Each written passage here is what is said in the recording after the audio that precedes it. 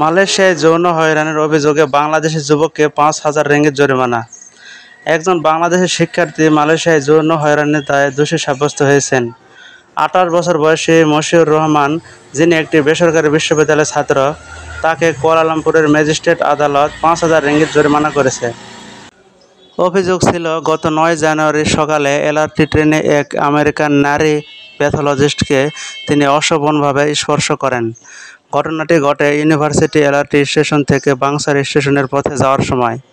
অভিযুক্ত আদালতে দোষ স্বীকার করেন এবং বলেন তিনি ভবিষ্যতে এমন কিছু আর করবেন না। ম্যাজিস্ট্রেট জানান, যদি তিনি জরিমানার টাকা না দিতে পারেন তাহলে তাকে ২ মাসের কারাদণ্ড ভোগ করতে হবে। রাষ্ট্রপক্ষের আইনজীবী বলেছেন, এই ধরনের অপরাধের জন্য উপযুক্ত শাস্তি হওয়া উচিত, যাতে অন্যদের জন্য এটি সতর্কবার্তা হয়ে দাঁড়ায়। মশিউর রহমানকে মালয়েশিয়ার ফৌজদারি আইনের ৩৫৪ ধারায় দোষী সাব্যস্ত করা হয়েছে, যেখানে সর্বোচ্চ ১০ বছর কারাদণ্ড, জরিমানা বা বেত্রাঘাতের শাস্তির বিধান আছে। এই ছিল আজকের আপডেট। এমন আরও খবর পেতে আমাদের চ্যানেল সাবস্ক্রাইব করুন এবং বেল আইকনে ক্লিক করতে ভুলবেন না। ধন্যবাদ সবাইকে।